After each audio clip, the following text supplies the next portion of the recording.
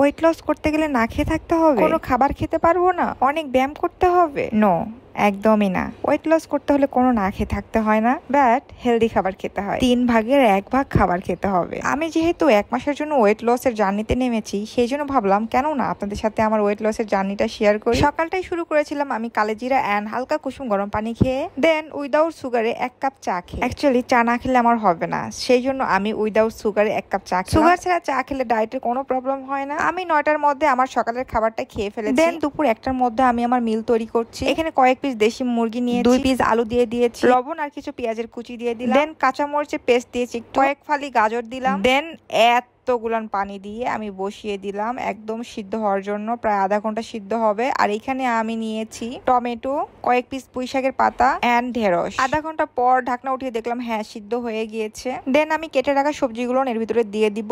মা কয়েক পিস ক্যাপসিকামও দিয়েছিল, সেটাও দিয়ে দিব। আপনারা চাইলে যে কোনো সবজি এর সাথে অ্যাড করতে পারেন। নিজেরা যে সবজিগুলো খেতে লাইক করেন সেই সবজিগুলো এখানে ইউজ করতে পারেন। আমি সবজি অনেক লাইক করি, তাই বেশি করে সবজি দিয়ে দিলাম, কারণ আমি সবজি খাইতে অনেক ভালোবাসি। আর এখানে হালকা করে সিদ্ধ করতে গিয়ে একটু বেশি সিদ্ধ হয়ে গিয়েছে। বাই দ্য ওয়ে, আমার খাবার কিন্তু অলমোস্ট রেডি হয়ে গিয়েছে আর আমি এখানে খেতে বসে গেছি।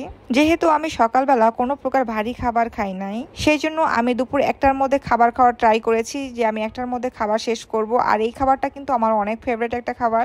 দেশের বাইরে যারা থাকে তারা সবাই রান্না করে খায়। যখন ক্লাসের চাপটা বেশি থাকতো অ্যান্ড জবে অনেক তাড়া থাকতো, তখন আমি কি করতাম, এরকম মাংসের কয়েক পিস নিয়ে পানি বেশি করে দিয়ে যত প্রকার সবজি আছে সবকিছু দিয়ে লবণ টবণ সবকিছু দিয়ে আমি সিদ্ধ বসাই দিতাম। দেন এই খাওয়াটা হয়ে গেলে আমি খাওয়াটা খেয়ে দৌড় দিতাম, হয় ক্লাসে না হয় জবে। বাইরের লাইফটা এরকমই, অনেক সময় না খেয়েও যেতে হতো। বাই দ্য ওয়ে, আমি কিন্তু এই খাবারে কোনো প্রকার অয়েল ইউজ করি নাই। আপনারাও ট্রাই করবেন অয়েল ছাড়া কোনো খাবার রান্না করতে। যেহেতু এইভাবে রান্না করছি, কোনো অয়েলের প্রয়োজন হয় নাই। আর যদি অন্যভাবে রান্না করতাম তাহলে আমি অলিভ অয়েল ইউজ করতাম। দুপুরের খাবারটা খেয়ে আমি একটু রেস্ট নিয়েছিলাম। দেন সন্ধ্যা 6টার সময় আমি হাঁটতে বের হয়েছিলাম। প্রায় 40 মিনিট হাঁটার পরে আমি ডিম খেতে চলে আসছি বাহিরে, কারণ আমি ডিম খেতে পারি না। এখানে মশলা দিয়ে ডিম সেল করে, সেই জন্য ডিম খেতে চলে আসছি। আমি 2টা ডিম খেতে চেয়েছিলাম, বাট একটা খেয়ে আমার বমি চলে আসছে, কারণ আমার ডিম একদমই ভালো লাগে না।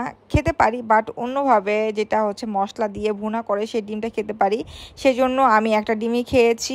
ডিম খাওয়া শেষ করে আমি এখানে ডাব খেতে চলে আসছি। আমি সন্ধ্যা 7টার মধ্যে আমি রাতের ডিনার কমপ্লিট করে ফেলবো। 7টার পরে আমি কোনো খাবার খাবো না। আমি 16 ঘন্টা ফাস্টিং থাকবো। এই 16 ঘন্টা ফাস্টিং অবস্থায় আমি অন্য কোনো খাবার খাবো না, অনলি পানি খাবো। সেই জন্য আমি ট্রাই করছি সন্ধ্যা 7টার মধ্যে আমি সব খাবারগুলো খেয়ে, মানে আমার ডিনার কমপ্লিট করে ফেলবো। তাই বাসায় এসে আমি কিছু ফল কেটে রেখেছিল মা, সেই ফলগুলো আমি খেয়ে দেন আমি 1 কাপ চা খাবো চিনি ছাড়া। এই চিনি ছাড়া চা খেলে কোনো প্রবলেম নাই, ডায়েটের কোনো প্রবলেম হবে না। আপনারা চিনি ছাড়া চা খেতে পারেন, কোনো প্রবলেম নেই। হেলদি খাবার খেয়ে ডে 1 কমপ্লিট করে ফেললাম আমি।